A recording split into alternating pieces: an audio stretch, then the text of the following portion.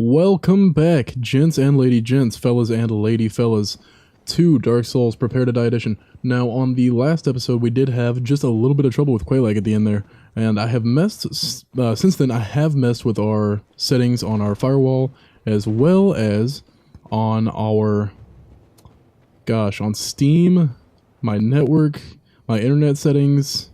I've messed with just about anything I can mess with to try to get some extra help on actually letting people into our game. Now, before we do all of that and have a long, convoluted affair with trying to get people into the game, what we're going to do first is we're going to do an episode dedicated to self-improvement. So, this is probably going to be a 100% skippable episode of Dark Souls, and if you do decide that you just don't want to see me run around to get a bunch of new items and things of that nature to help us out in dealing with just the everyday monotony of going about just getting better equipment right off the bat, because as you can see last episode, we weren't doing a whole lot of damage that we wanted to do to Quelaag, and we weren't really getting anywhere we wanted to get quick. We were going nowhere fast.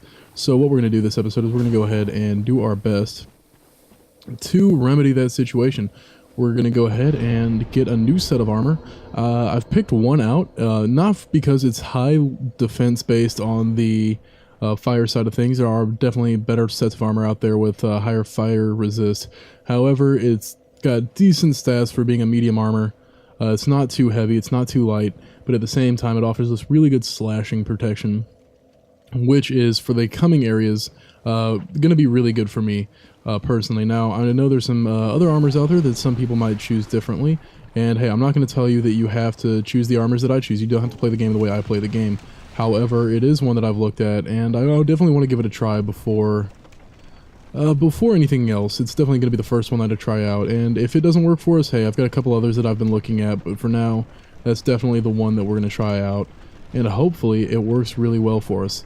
Now, on our way to get that, we might pick up a separate weapon as well. You know, I was really at the start I really wanted to stick with just the scimitar for a while, so we might level this up, maybe go for a lightning scimitar, something like that. Might try to go get the flame, something along those lines. Now, I was really trying to not use the Uchigatana and kill the merchant for it. However, like I said before, it is a great weapon all the way up to late game, so we might go ahead and end up grabbing that and maybe going for a lightning Uchigatana. Maybe a fire or a chaos. I'm not 100% certain yet. I haven't really looked at the stats too hard on those, and haven't really gone above and beyond to augment the equipment that we've got right now and augment all the weapons that we are using currently. So we definitely are going to look at that, and we're going to look at some of the other weapons as well. I know right now, at 14 strength, like I said, we are definitely trying to get to a 14 strength. If we do get to 14, that will allow us to wield the Black Knight Sword two-handed. Now, as I mentioned in a earlier episode, wielding a weapon two-handed in Dark Souls adds half of your strength to the weapon. So if it is a weapon where you need, let's say, 20, like the Black Knight Sword does, if you have a 14 strength, 14 divided by 2 is 7, so you add the 7 to the 14, you've got an effective strength of 21, which means you are able to wield the weapon two-handed, so we will be able to wield that weapon. Now, as I've stated before, that is a weapon that I have used in previous playthroughs quite successfully, all the way up to late game. In fact, I'm sure on a character or two I've used it all the way to the final boss, although I've never successfully beaten the final boss. In fact, I've never fought him. Now, we might go ahead and, if all else fails, we can always rely on the trusty Dark Knight Sword. And hey, I know that's gotten me out of a sticky situation once or twice, so I would not be opposed to doing that. However, I did say we want a dexterous character, and that is the kind of playstyle we want to go for, so I'm trying to stick to that as truly as possible before I start pulling out my big guns. Not to say I'm opposed to pulling out big guns, but I want to stay as true to the character as possible. So that's why I've picked out the armor that I've picked out, I've picked out the weapons that I've picked out, and we're slowly building towards those. Now, I know a set of the weapons that we are going for, the ultimate end of game. And what are you doing back here? You whore. He was gone. I'm sure you will see this in another episode. he disappeared, and I guess he's back now. I guess for a while he was too good for us, and he came back, came crawling back like the little whore he is. Anyway, they always come back, don't they? That's right. Just couldn't get enough. Couldn't get enough of the twist. All right, now anyhow, now that we've gone off on that little tangent, as I was saying, we do want to stick to the character as much as possible. Not necessarily because we're role-playing anything, but I think it's just right off the bat, I picked a character model to go for, and I don't want to abandon that halfway through. I like to stick to my plans. I like to follow through with it. And seeing as how we really haven't upgraded our armor whatsoever, and we haven't gotten any new armors, I think it's definitely time to work out a way to go and get the new armors that we want. So hopefully, we can get to where we want to be with that. Now, there are a couple different ways to do this, and unfortunately, there's an not an easy way. It's definitely an easier way, but then there's the hard way. I might, in fact, go for the hard way, depending on how I can how well and effectively I deal damage to a couple different creatures in the game here.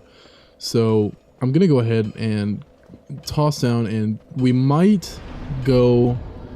You know, we might just pick our sack up and go straight for the Hydra.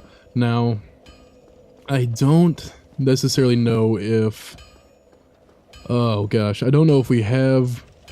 Well, I know we have good enough equipment, don't get me wrong. The equipment in the game, you can do anything in the game at any point in time, in all honesty. I mean, there's plenty of Soul Level 1 playthroughs out there. I know some people personally myself. I've talked to some people that have done Soul Level 1 playthroughs. Now, is that the easiest thing to do? Absolutely not. And I know some boss fights at Soul Level 1 will take just a ridiculously long amount of time. So you definitely want to look at that. Yeah, you can do it, you know, but it will take you a little bit longer. And right now, I don't think we're doing too terribly on damage output, save for the bosses. That's what's kind of worrying me about this coming Hydra fight if I decide to do it this way. If we do the Hydra fight, it definitely helps us skip a lot of grief with NPCs, as well as a lot of grief with just soul collection, because in order to go the other way, the reason it's not necessarily an easy way, but it's not the hard way either, is you pay 25,000 souls to Andre of Astora, the blacksmith there, to get a seal. Now that seal will open the door that's right down the other path, the other way that I haven't really ventured yet in the Darkroot Basin. If you go down that way, you definitely do get to that door, and I believe you can drop down in there somewhere a little bit earlier and not necessarily have to worry about opening that door there. But if you come all the way around the backside here like this, or when I get down there, I'll show you another alternate path to get there. Now, if we do go this way, and if you actually drop down here, this is the leather armor set that's the hunter starts with. So we'll go ahead and pick that up for no reason. Now, I don't believe we're too far off from where we want to be. Alright, now, over here, that tower right there, you can see the door just barely over my right shoulder there. That is actually the area where we fought Havel and got Havel's ring. So it's not necessarily too far off the mark to say that the master key will open that door, and you can definitely get down here by accessing that door there. So if we run over here, I'm actually going to go ahead and open that, and I think I might go ahead and make my way to that bonfire there, simply because it is just a little bit easier, and, you know, why not? Why not go for that? Now, sometimes, here we go, use the master key. As you can see, this is the bottom of the tower where we fought and killed Havel. And he is actually programmed to stay in this area. So another strategy that I've found to beat him that I've read up on, I've never actually tried it myself, is to come down here, run past him, open this door, and run out. And what'll happen is he might chase you out the door, but if he does so, he's programmed to first and foremost get back into this tower. So if you block him in the doorway right here, you will be able to just wail on him as he tries to come back into the door. Now, I don't know why my phone is going crazy, guys. I'm sorry. I don't know if y'all can actually hear it buzzing in there in the audio here, but if it is, I apologize. Now, there are some golems here, and I really want to test if we're ready for this area by fighting these golems. Now, if I can take down these golems fairly easily, as they're not too difficult, they're not too much of a challenge here, but if we can take those down, then I will feel much better about our chances at the Hydra. So what I'm going to do is since he's not coming over to me, what we're going to do is we're going to go ahead, take this off, move the scimitar over one, and equip the longbow. But I want to equip it on my shield hand here. Equip the longbow with some feather arrows. Now, I believe, okay, that is the way to do it. So, I don't know, does that shoot? Okay, that's an odd...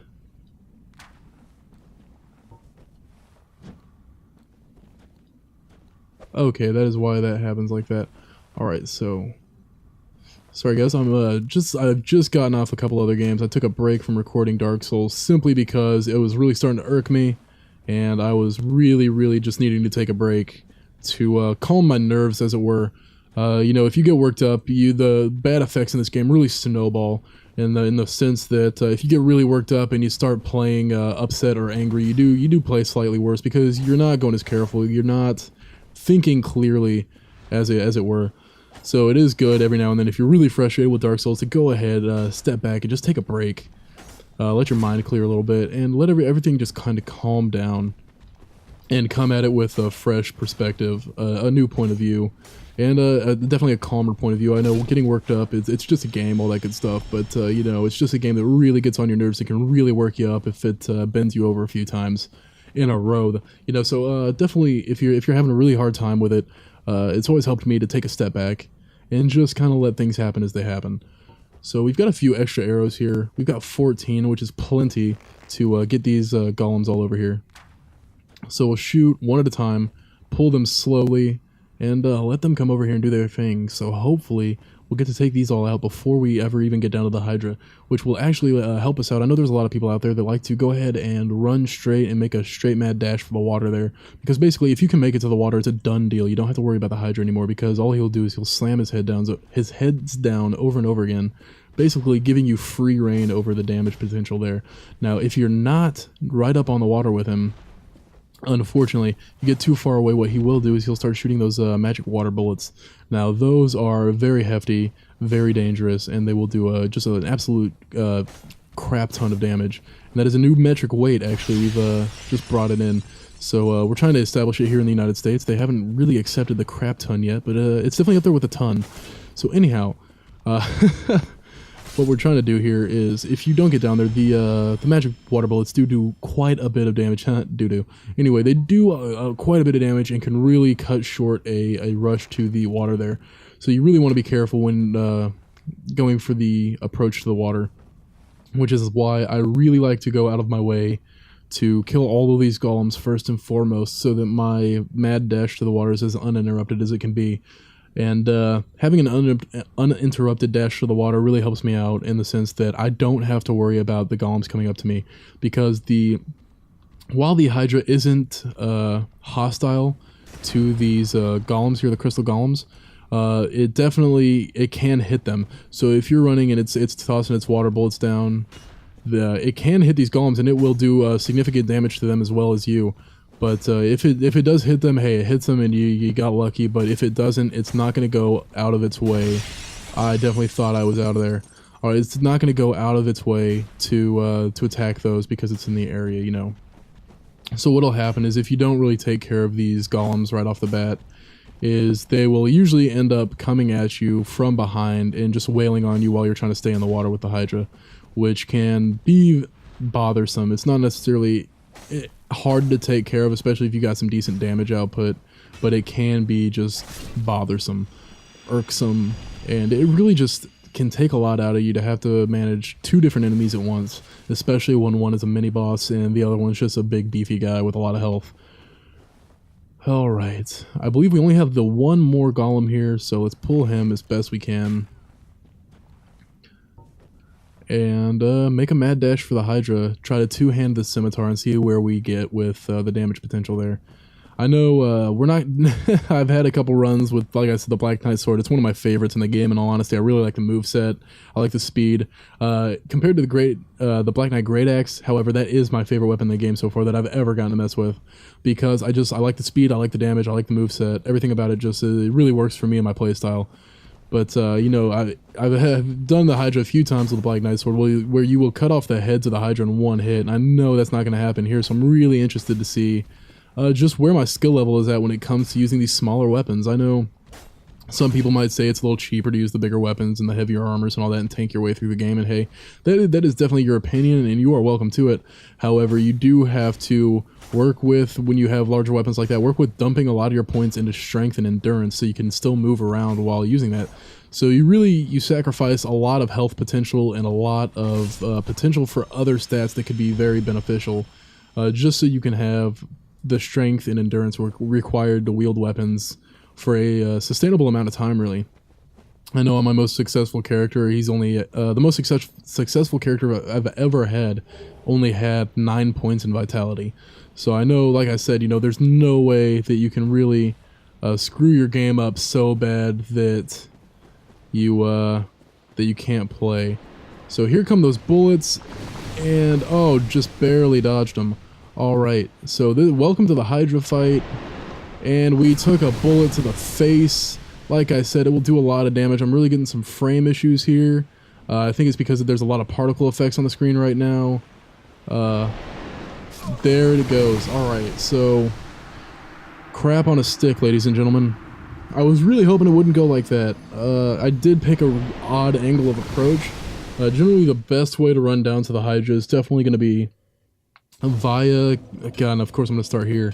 The best avenue of approach for the Hydra that I found is to come from the tower. If you come from that side, run all the way down to the left and then zigzag back to the right.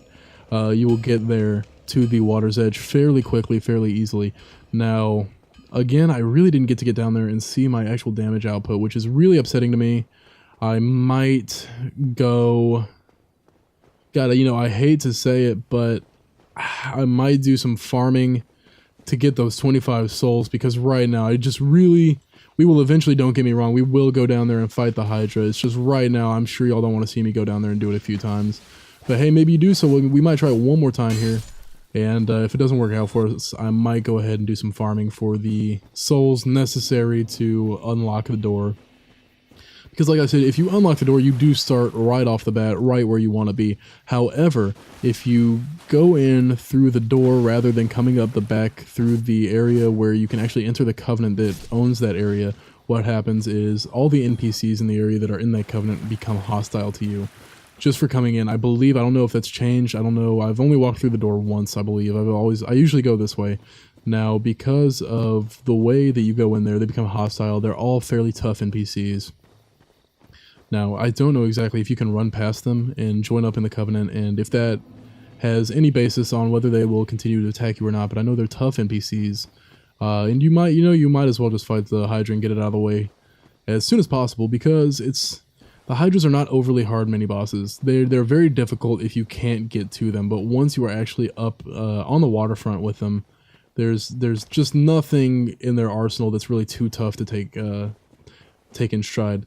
So hopefully, God, and of course, these golems are not one-shot creatures. They do respawn, unfortunately. So as we can see here, I've got 11 arrows. I'm doing okay on that front. So I don't know. Do that there. It's not too bad right off the bat, but we are in need of getting past this area. Now, the Hydra itself, actually, if I'm not mistaken, drops a pretty nifty ring for spellcasters. If it's the one I think it is, it's actually fairly nifty. And hey, why not grab it if you're a spellcaster? It's definitely one of the on my spellcaster characters. It's definitely one of my first stops. Because, like I said, usually what I'll do is I'll come down, and as soon as I get Havel's ring, like I said, it's one of the first things I do before I ever even fight the Taurus demon. I'll come down here and take care of the Hydra, simply so I can come down here and get the Dark Woodgrain ring. Now, that is a ring that allows you to flip around like a ninja if you are at a certain level of encumbrance.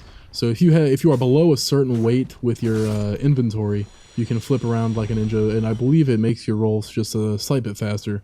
And, as a heavy character, it was always fun to get into the heavy classes that could flip around. It was actually pretty nifty. So okay, I'm not looking forward to having to do this again. I just don't like fighting these things. Not that they're hard, again, it's just one of those tiresome enemies that they're slow, they take forever to come over to you, but if you try to fight them on their turf over there, if you walk up to them one by one, you run the risk of the Hydra trying to shoot its bullets at you, because it does actually have quite a large range. So I believe just a little bit farther past that first tree right there is probably where it would start hitting us. But as I come over here, I notice that this cliff should block us there. So I don't know if this guy wants to... what he wants to do here.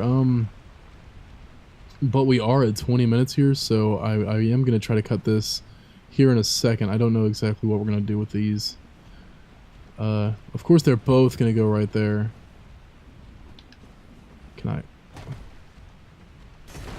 I do a plunging attack or something? No, alright.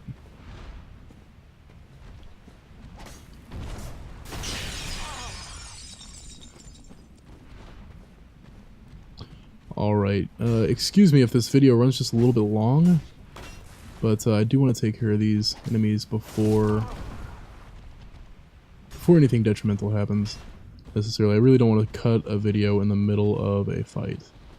It's just not the kind of things that I enjoy doing. And there it is. I believe it's already shooting some missiles at us. Not too fond of that. Now, that plunging attack actually did hit for 129 damage, which is actually quite hefty against these guys for a small sword. And these guys are just going to keep swinging that big hit. So I'm really hoping to get these guys and take care of them before we actually get down. Okay, it's really starting to shoot and make me uncomfortable. I'm really trying to get out of its range right now. I don't like that. See, just those missiles do a lot of damage. I don't want to get hit by them at all. Not anything that I'm into right now. There we go. Got that one done and taken care of. Now, there's only one left over there, and I think that if I take the correct approach, we will actually be able to go ahead and get that taken care of quite easily. So hopefully, on the next episode here, we will go ahead and fight that Hydra and hopefully beat it. I'm going to come up here for safety reasons just while I stop the recording and restart it. So catch us next time on the next episode of Dark Souls Prepare to Die Edition. Once again, I am TerminalTwist, and thank you very much for watching. We are hoping you enjoy the videos. Y'all have a great one. Bye.